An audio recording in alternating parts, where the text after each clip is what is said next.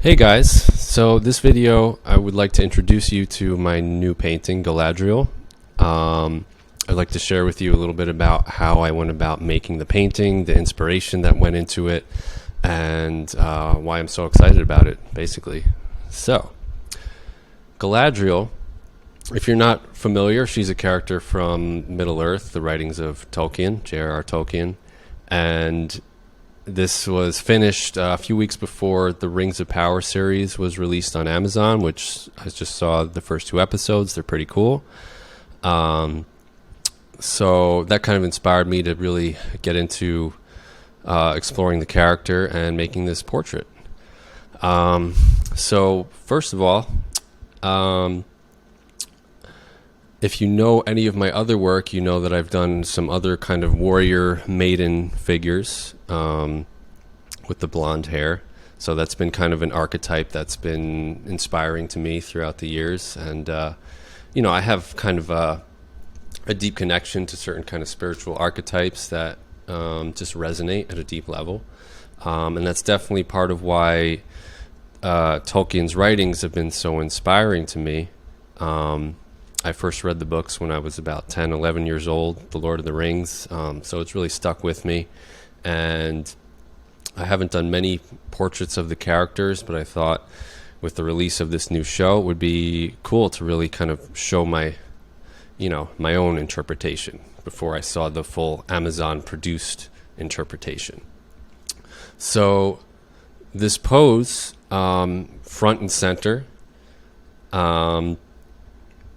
is pretty stable and direct, as it has been throughout art history. If you look at a painting right here, let's see if I can pull it up. So this is a famous self-portrait by the German artist Albrecht Dürer. It was painted in the year 1500. It was really the first self-portrait depicting the artist in the pose that was traditionally reserved just for Jesus or for God. In Christian iconography. So you wouldn't see a direct frontal pose like this unless it was Jesus himself or God himself. So Dürer took this step to depict himself in this kind of sacred posture. It's looking directly at us. It's more or less symmetrical except for the hand, of course, which gives it a formal balance. And it just makes it very, you know, like an encounter between us and the person. So, you know, I definitely leaned on this portrait for designing the composition, and it's one of my favorite paintings, so it just kind of influenced me subconsciously as well as consciously when making the Galadriel. So I have a few other images I could share with you. So here's just some ornamental motifs. I do a lot of reading, and I rely a lot on picture books from art history. So this is from a Tastian book of ornamentation. So you can see the acanthus leaves at the top are inspired by that. And I really do like to directly refer to different elements from art history, because the way I see it, when I go to museums, when I see art from different cultures, it's like a tremendous reservoir of inspiration. So many forms, so many motifs, so many different approaches to creativity. It's incredibly beautiful. It helps us learn about different cultures by learning about their art and seeing their art history. So I definitely lean on that and not try to reinvent the wheel every time I start a new painting, although there is something to be said for that, of course, you know, rendering your own ideas. But when we lean on what others have done, it just brings a whole history and set of perspectives into your own work that you really don't have to start from scratch. You can bring tremendous interpretive resources into your art by using art history. And there's a lot more to be said there, but I'll leave it at that for now. So, yeah.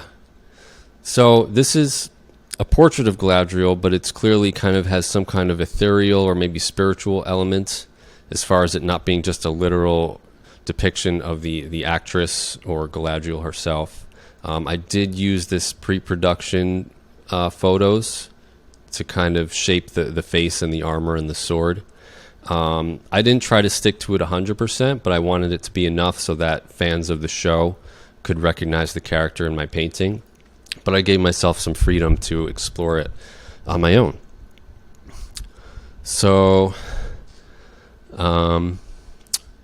these 3 jewels, we got these 2 diamonds up here and the one on her heart.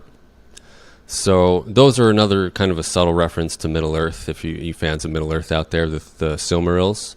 So she never actually had one of these Silmarils. They were kind of the defining objects of a whole age of history. But I wanted to kind of have that subtle just trinity of divine jewels just kind of surrounding her in the picture.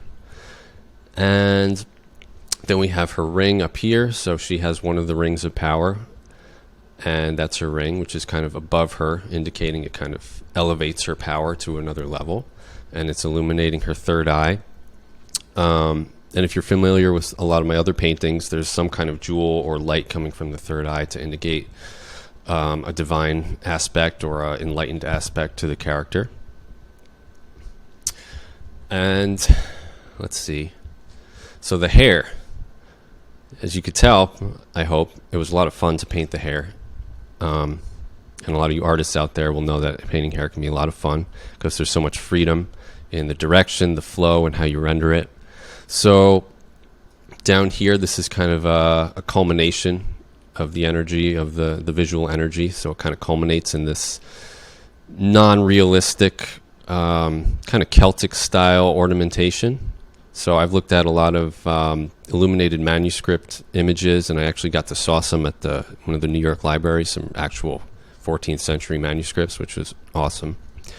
But these are kind of inspired by like the Book of Kells, the Lindisfarne Gospels. If you're familiar, it's got very ornate patterning and a very high level of detail. And some of the power in those came from the fact that they were hand-drawn. And this is a digital painting, but I do use a stylus, and I draw everything by hand, just on a computer screen. Let's see. So you can see that's on its own layer there, the hair. And I wanted to take it a little bit further than just rendering a nice, realistic or feasible flow of the hair. I wanted it to kind of indicate that this really is kind of free from the bounds of it being just a literal description of a person, and it kind of goes into spiritual or psychological or intellectual domains to kind of communicate at different levels. And that's one of the amazing things about painting, is that, you know, we're not bound to anything except the bounds of the canvas and the materials. So I want to give myself the freedom to go into all those different layers of meaning and expression when I make most of my paintings. Behind her, the golden hair, we could see it kind of flows also into kind of a traditionally ornate kind of patterning with the swirls and the circles. I do have a picture here I'd like to share. Not this one. This one. So this is a Roman sculpture at the Metropolitan Museum of Art in New York City. It's just a decorative side bar that was probably on a doorway or something, but a lot of architecture had this, you know, decorative patterning, and it persisted all the way through the Middle Ages into, you know, Baroque times and modern times. Just, you know, decorative elements that surround the main feature of a work of art, whether it's a piece of architecture, a portrait, or a illuminated page, whatever. So that kind of patterning directly influenced my choices for the flow of the hair. Again, it's not supposed to be how real hair acts. It's supposed to start with more or less, you know, structure of hair, and then unfold into whatever, you know, level of expressivity made sense to me. And we could see it was surrounded by these green vine-like flow that just kind of takes the ornate aspect even further. And just kind of a side note, but I think it's also really important, is that we could see clearly in the hair, we could see the brush strokes very clearly. You know, especially like these neon yellow highlights here. You know, they're clear marks from a brush, you know, digital brush.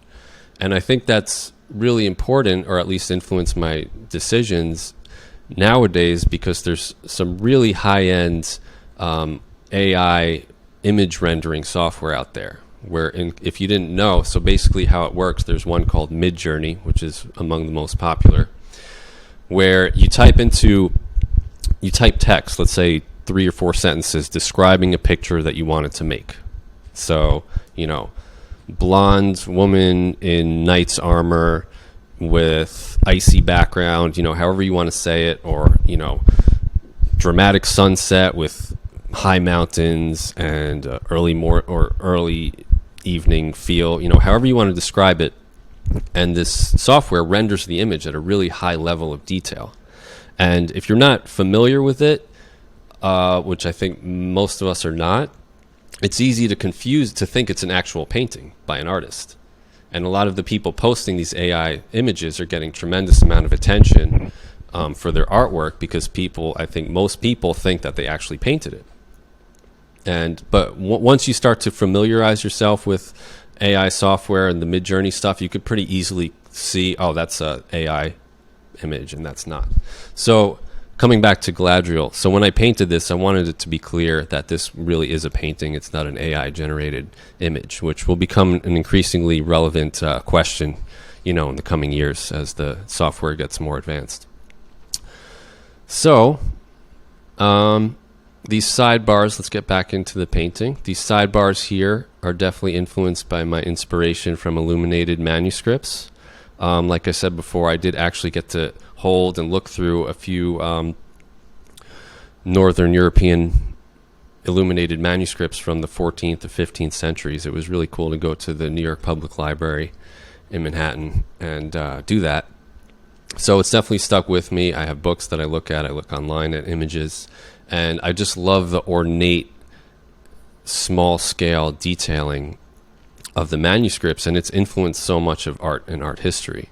A lot of the grander, especially medieval artwork and painting that happened over the years was inspired by the tiny pages that were illuminated by monks in monasteries, in the centuries preceding a lot of painting. I also got into a little more color here, which I'm pretty excited about because this little bit of red and this kind of earthy green just took the painting a little bit further for me. So I was excited about that. And I think that's most of what we got here. So again, it was inspired. This is kind of the formal posture that it came from. And a lot of my work, it's that front symmetrical, more or less centered presentation of the subject. And that to me is just just communicates what I have to say, because a lot of what I want to say is very energetic and direct and intense, and it just and complete. I guess there's a kind of completeness that I want to express in a lot of my painting that the symmetry really conveys for me. So we could break this down when I paint in Photoshop, if you're familiar. It uses layers, so you can work on different layers to render different parts. The way your hand is around the sword, I thought it would be just a little bit too easy and too literal for her to just be holding the sword, so I left it kind of that open posture, leaving that kind of hovering ambiguity about, this kind of spiritual connection to the blade and to her presence here.